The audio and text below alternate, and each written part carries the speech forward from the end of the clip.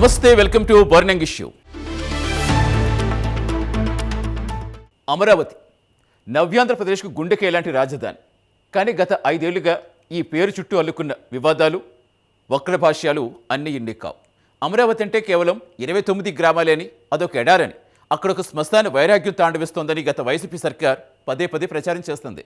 జగన్ తన మావిగన్ వాదనతో Amaravati image damage చేసే ప్రయత్నం చేస్తారు. కానీ ఇప్పుడు సీన్ మారింది. కూటమి సర్కార్ అధికారంలోకి వచ్చేగానే అమరావతికి మళ్ళీ ప్రాణం పోస్తోంది. ఈ క్రమంలోనే సీఎం చంద్రబాబు రాజధానిపై ఒక సంచలన ప్రకటన చేశారు. అమరావతి అంటే కేవలం 29 గ్రామాల సమాహారం మాత్రమే కాదని, విజయవాడ, గుంటూరు నగరాలతో కలిపి చూసినప్పుడే అది పూర్తిస్థాయి రాజధాని అవుతుందని కుండబద్దలు కొట్టేస్తారు. సిఆర్డీఏ పరిధి మొత్తం రాజధాని ప్రాంతమే అని అధికారులు క్లారిటీ ఇచ్చేస్తారు. సరిగ్గా ఈ సమయంలో చంద్రబాబు ఈ క్లారిటీ ఎందుకు ఇచ్చారు? జగన్ వాదనలు తిప్పికొట్టేందుకే ఈ మాస్టర్ స్ట్రోక్ వేశారా? బాబు తాజా కామెంట్స్తో వైసీపీ ఎందుకు ఉలిక్కి పడుతోంది? ప్రైమ్ 9 బర్నింగ్ ఇష్యూలో చూద్దాం.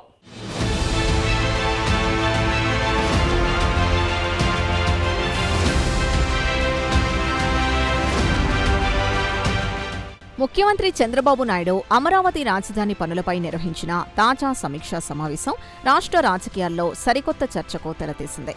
రాజధాని అంటే కేవలం కోర్ క్యాపిటల్ పరిధిలోని 29 గ్రామాలు మాత్రమే కాదని ఆయన అధికారులకు స్పష్టం చేశారు.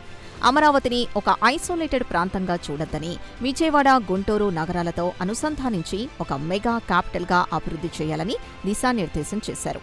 ఈ 3 ప్రాంతాలు కలిస్తేనే అసలైన రాజధాని అని, భవిష్యత్తులో ఇది దేశంలోనే అతిపెద్ద ఆర్థిక పరిపాలనా కేంద్రంగా మారుతుందని ఆయన ఆకాంక్షించారు.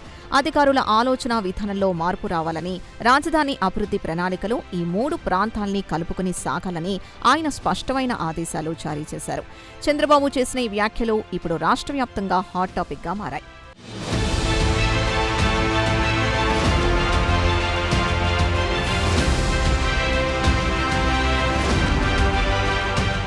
వాస్తవానికి 2014లో రాజధానిని ప్రకటించినప్పుడే చంద్రబాబు ఒక బృహత్తర ప్రణాళికను రచించారు.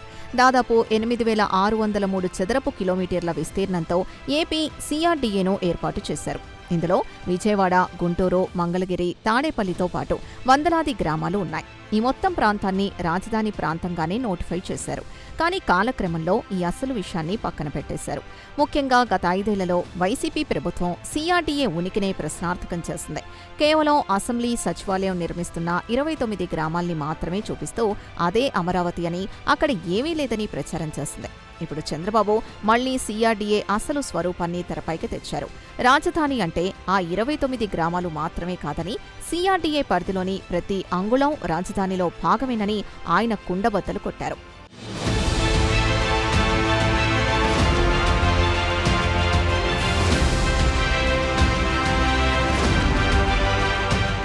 ముఖ్యమంత్రి చంద్రబాబు నాయుడు సరిగ్గా ఈ సమయంలోనే అమరావతిపై ఈ స్థాయి స్పష్టత ఇవ్వడం వెనుక బలమైన వ్యూహం తాగుంది.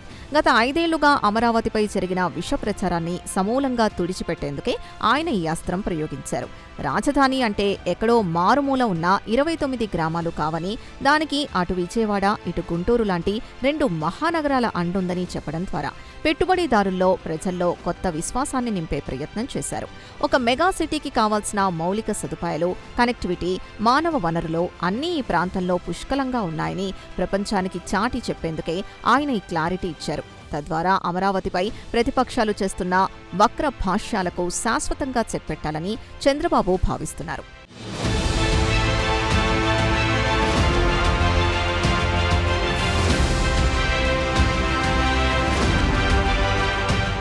గత 5 ఏళ్లలో మాజీ సీఎం జగన్మోహన్ రెడ్డి పదే పదే మావిగన్ అంటూ ఒక కొత్త వాదనను తెరపైకి తెచ్చారు.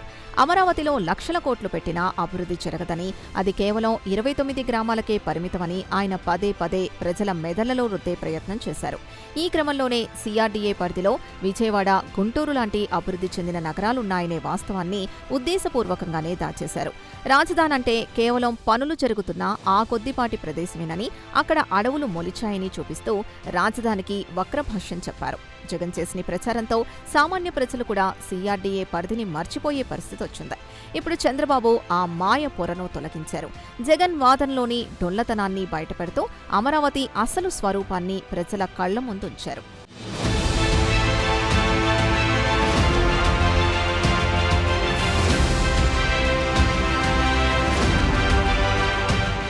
అమరావతి అంటే 29 గ్రామాలు మాత్రమే అన్న భ్రమల నుంచి ప్రజలను అధికారులను బయటకు తీసుకురావడంలో చంద్రబాబు సక్సెస్ అయ్యారు.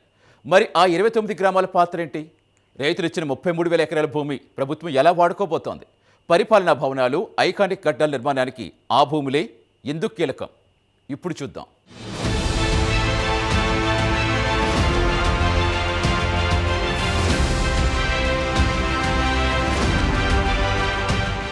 చంద్రబాబు తాజా వ్యాఖ్యలతో అటు ప్రజలకు ఇటు అధికారులకు సీఆర్డీఏ మళ్లీ గుర్తొచ్చింది. గత 5 ఏళ్లుగా నిద్రావస్థలో ఉన్న సీఆర్డీఏ యంత్రాంగం ఇప్పుడు ఉరుకులు పరుగులు పెడుతోంది. రాజధాని అభివృద్ధి అంటే కేవలం ఆ 29 గ్రామాల్లో రోడ్లు వేయడం, భవనాలు కట్టడం మాత్రమే కాదని అధికారులు గ్రహించారు. విజయవాడ, గుంటూరు నగరాలను కలుపుతూ outer ring road, metro rail ప్రాజెక్టులు, బైపాస్ రోడ్లు, డ్రైనేజ్ వ్యవస్థల రూపకల్పనపై ఇప్పుడు దృష్టి సారించారు. ఈ 3 ప్రాంతాల మధ్య కనెక్టివిటీ పెంచితేనే అమరావతి ఒక గ్లోబల్ సిటీగా మారుతుందన్న చంద్రబాబు విషన్కు అనుగుణంగా ప్రణాళికలు రచిస్తున్నారు. దీంతో సీఆర్డీఏ పరిధిలోని ప్రజల్లోనూ తమ ప్రాంతం అభివృద్ధి చెందుతుంది అన్న కొత్త ఆశలు చిగురిస్తున్నాయి.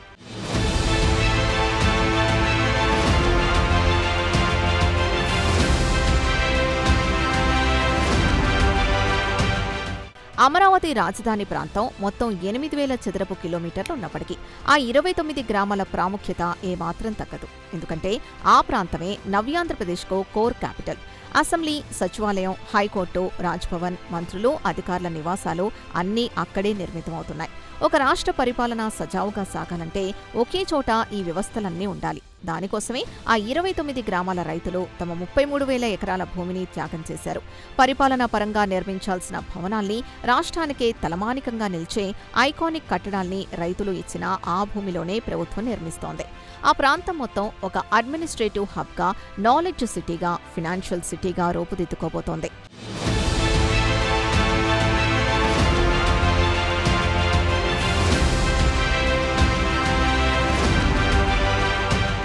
రాజధాని కోసం భూములిచ్చిన రైతుల త్యాగాలను చంద్రబాబు ప్రభుత్వం ఎన్నటికీ మరవదు. ప్రపంచ చరిత్రలోనే ఎక్కడా లేని విధంగా స్వచ్ఛందంగా 33,000 ఎకరాలిచ్చిన ఆ రైతుల త్యాగ ఫలితమే నేటి అమరావతి. గత ప్రభుత్వం వారిని నానా ఇబ్బందులు పెట్టినా, లాఠీ చార్జీలు చేసినా, జైళ్లల్లో పెట్టినా వారు వెనక్కి తగ్గలేదు. అమరావతి కోసం వారు చేసిన 1600 రోజుల సుదీర్ఘ పోరాటం చరిత్రలో నిలిచిపోతుంది. ఇప్పుడు చంద్రబాబు ఆ రైతులు గర్వపడేలా అమరావతిని అభివృద్ధి చేస్తున్నారు.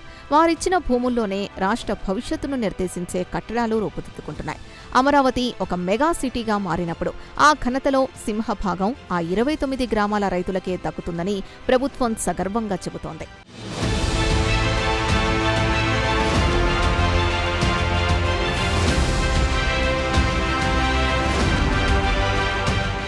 చంద్రబాబు విషన్ ప్రకారం అమరావతి, విజయవాడ, గుంటూరు ఈ 3 నగరాలు ఒకదానికొకటి పూరకంగా పనిచేస్తాయి.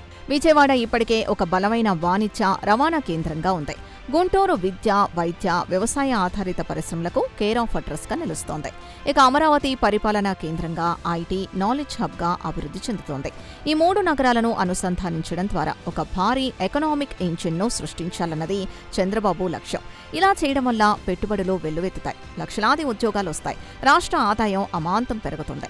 కేవలం ఒక ప్రాంతంపైనే ఆధారపడకుండా 3 నగరాల బలాన్ని వాడుకుంటూ రాష్ట్రాన్ని ప్రగతి పథంలో నడిపించే అద్భుతమైన విషన్ ఇది.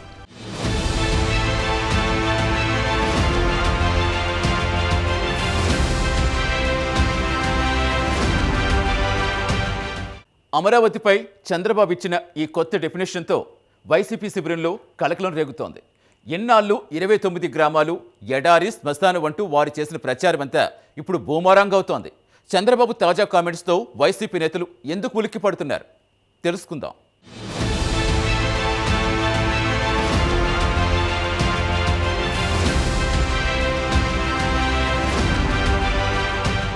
అమరావతిపై చంద్రబాబు చేసిన తాజా కమెంట్స్తో వైసీపీ శిబిరం ఒక్కసారిగా ఉలిక్కిపడింది.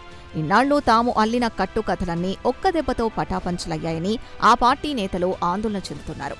అమరావతి అంటే కేవలం 29 గ్రామాలు కాదని, విజయవాడ, గుంటూరు కూడా అందులో భాగమేనన్న వాస్తవం ప్రజల్లోకి బలంగా వెళ్లిపోయింది. దీంతో వైసీపీ నేతలు ఇప్పుడు డిఫెన్స్లో పడ్డారు. విజయవాడ, గుంటూరు నగరాల్లో అభివృద్ధి జరగలేదని వారు చెప్పలేరు. ఆ నగరాలు రాజధానిలో భాగం కాదని వాదించలేరు. చంద్రబాబు వేసిన ఈ మాస్టర్ స్ట్రోక్కి ఎలా కౌంటర్ ఇవ్వాలో తెలియక వైసీపీ నేతలు తలలు పట్టుకుంటున్నారు. రాజధానిపై ఇక ముందు ఎలాంటి విమర్శలు చేసినా ప్రజలు నమ్మరన్న భయం వారిలో స్పష్టంగా కనిపిస్తోంది.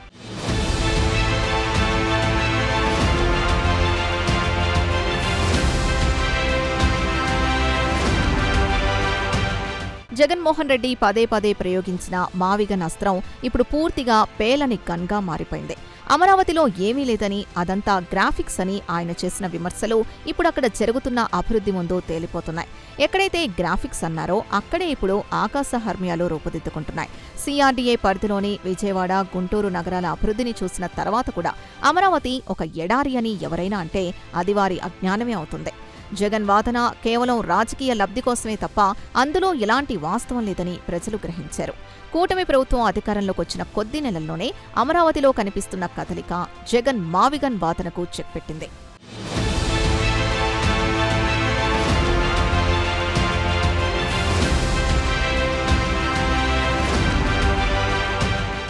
గత 5 ఏళ్లలో 3 రాజధానుల పేరుతో వైసీపీ ప్రభుత్వం ప్రాంతీయ విద్వేషాల్ని రెచ్చగొట్టే ప్రయత్నం చేసింది.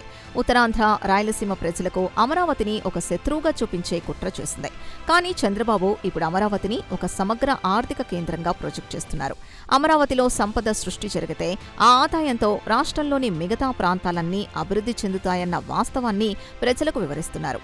విజయవాడ, గుంటూరు లాంటి నగరాల్ని కలుపుకొని అమరావతి అభివృద్ధి చెందితే అది రాష్ట్రం మొత్తానికి గర్వకారణంగా మారుతుంది.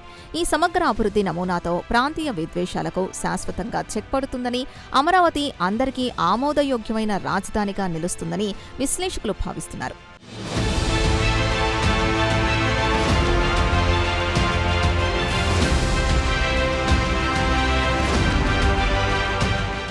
అమరావతిపై చంద్రబాబు ఇచ్చిన స్పష్టత కేవలం రాజకీయ విమర్శలకు కౌంటర్ మాత్రమే కాదు, అది రాష్ట్ర భవిష్యత్తుకు ఒక దిక్సూచి. రాజధాని నిర్మాణం వేగవంతం కావడానికి, పెట్టుబడులు రావడానికి ఈ క్లారిటీ చాలా అవసరం. మరి రాబోయే రోజుల్లో అమరావతి రూపురేఖలు ఎలా మారబోతున్నాయి? వైసీపీ విమర్శలు పక్కన పెట్టి ప్రభుత్వం ఎలా ముందుకు వెళ్ళనుంది? ముగింపులో చూద్దాం.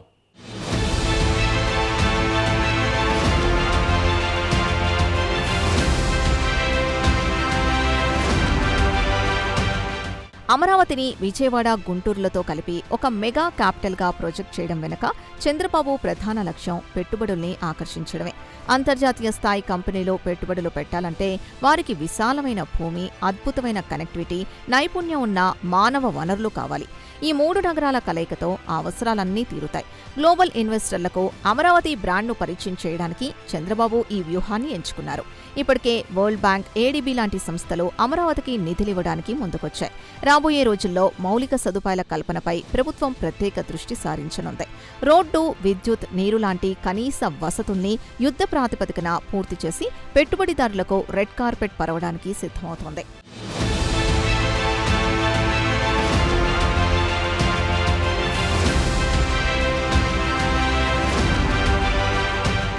ముఖ్యమంత్రి సమీక్ష తర్వాత CRDA అధికారులకు స్పష్టమైన టార్గెట్లు అందాయి.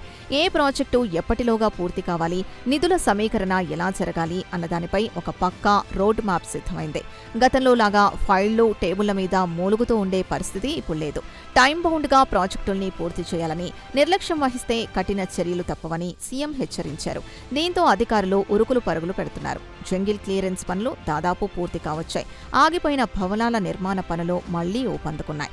మంత్రులు, ఉన్నతాధికారులు నిరంతరం రాజధాని ప్రాంతంలో పర్యటిస్తూ పనుల్ని పర్యవేక్షిస్తున్నారు. ఈ వేగం చూస్తుంటే అతి త్వరలోనే అమరావతి తన పాత వైభవాన్ని సంతరించుకోవడం ఖాయంగా కనిపిస్తోంది.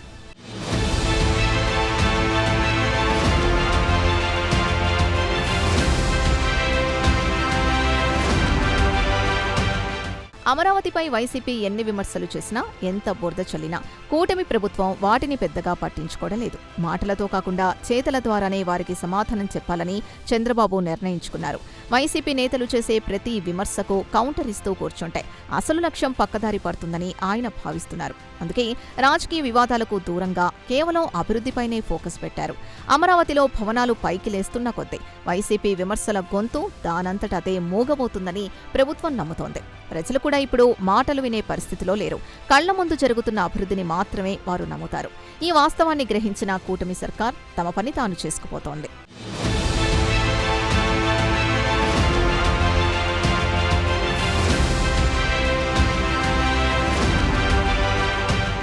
5 ఏళ్ల చీకటి యుగం తర్వాత అమరావతి మళ్లీ వెలుగులోకి వచ్చింది. ఆంధ్రుల కలల రాజధాని సాకారం దిశగా వడివడిగా అడుగులు పడుతున్నాయి.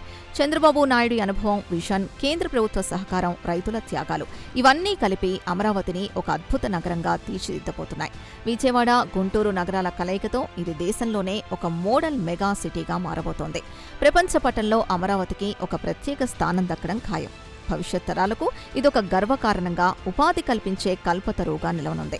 ఎన్ని అడ్డంకులు ఎదురైనా, ఎన్ని కుట్రలు జరిగినా అమరావతి అభివృద్ధిని ఇక ఎవరూ ఆపలేరన్నది అక్షర సత్యం.